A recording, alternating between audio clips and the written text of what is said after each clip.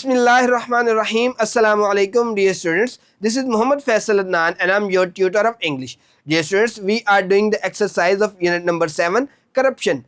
अजीज़ तलबा, last lecture में हमने अपने कंजंक्शन और ट्रांजिशनल डिवाइसेस को पढ़ा और इनके साथ हमने एडजेक्टिवल फ्रेजेस और उनके सेंटेंसेस को समझने की कोशिश की।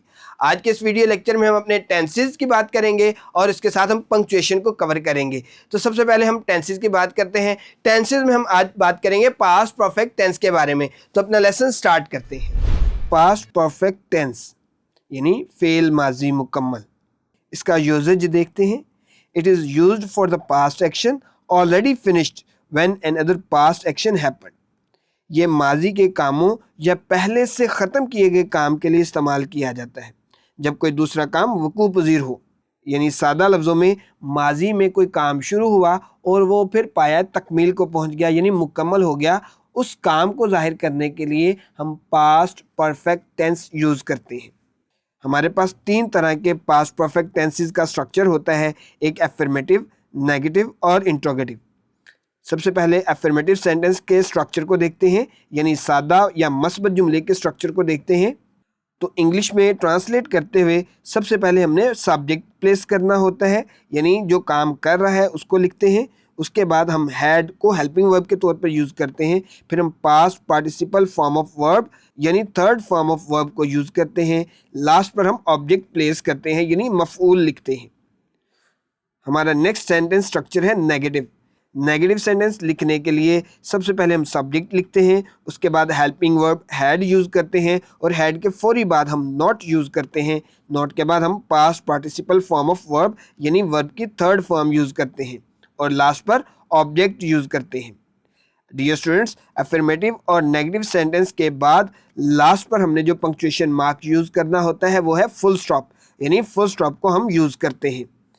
हमारा लास्ट सेंटेंस स्ट्रक्चर है इंट्रोगेटिव स्ट्रक्चर यानी सवालिया जुमला।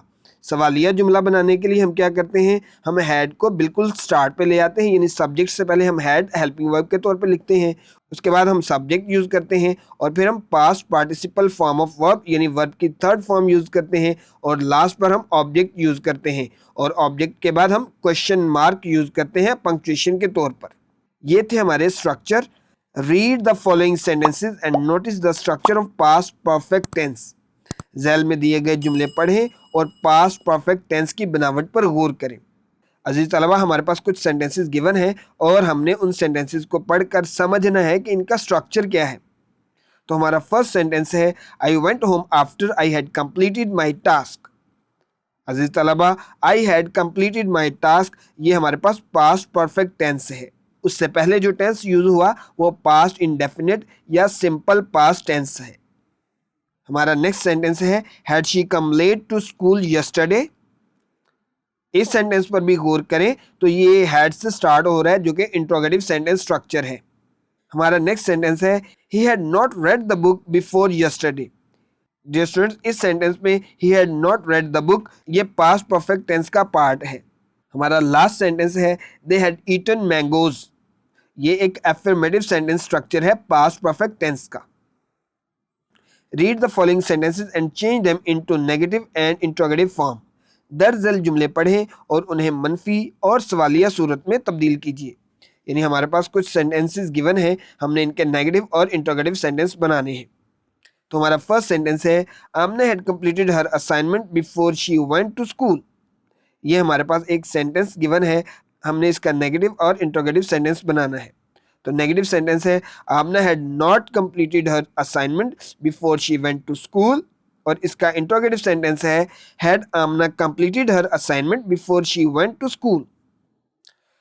हमारा नेक्स्ट सेंटेंस है he had drawn the sketch of a house before yesterday.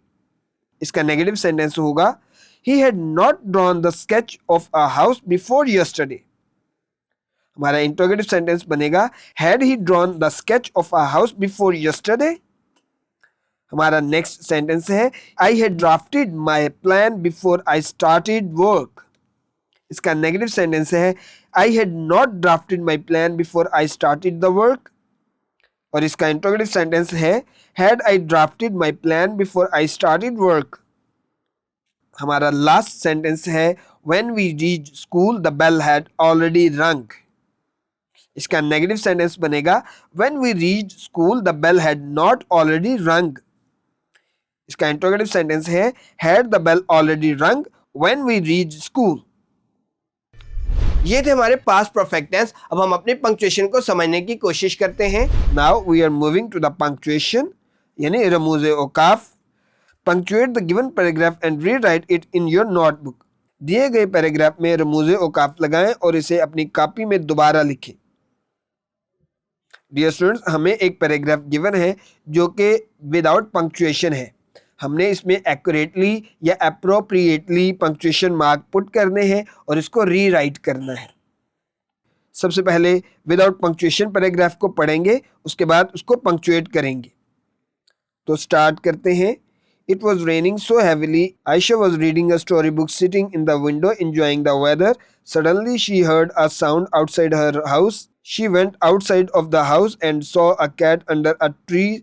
She picked up the cat and hugged the cat and took it to her room and gave the cat some food to eat. अब इसमें punctuation mark use करते हुए इसको rewrite करते हैं। It was raining so heavily. Dear student, इस sentence में it का आई कैपिटल लिखा जाएगा क्योंकि ये एक इनिशियल वर्ड है और इनिशियल वर्ड का इनिशियल लेटर कैपिटल लिखा जाता है, तो यहाँ पर ये कैपिटल होगा। It was raining so heavily, heavily के बाद हम फुल स्टॉप लगाएंगे।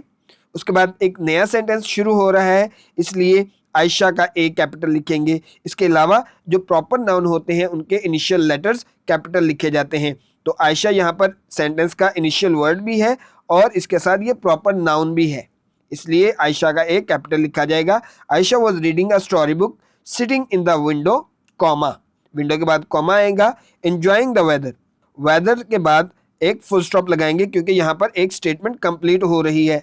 डियर स्टूडेंट्स, जैसे कि हमने टेंसेस में भी पढ़ा था कि अफर्मेटिव और नेगेटिव सेंटेंस की कंप्लीशन के बाद, यानी नेगेटिव और अफर्मेटिव सेंटेंस के मुकम्मल होने के बाद हमने उनके लास्ट पर फुल स्टॉप को पंक्चुएशन मार्क के तौर पर लगाना होता है।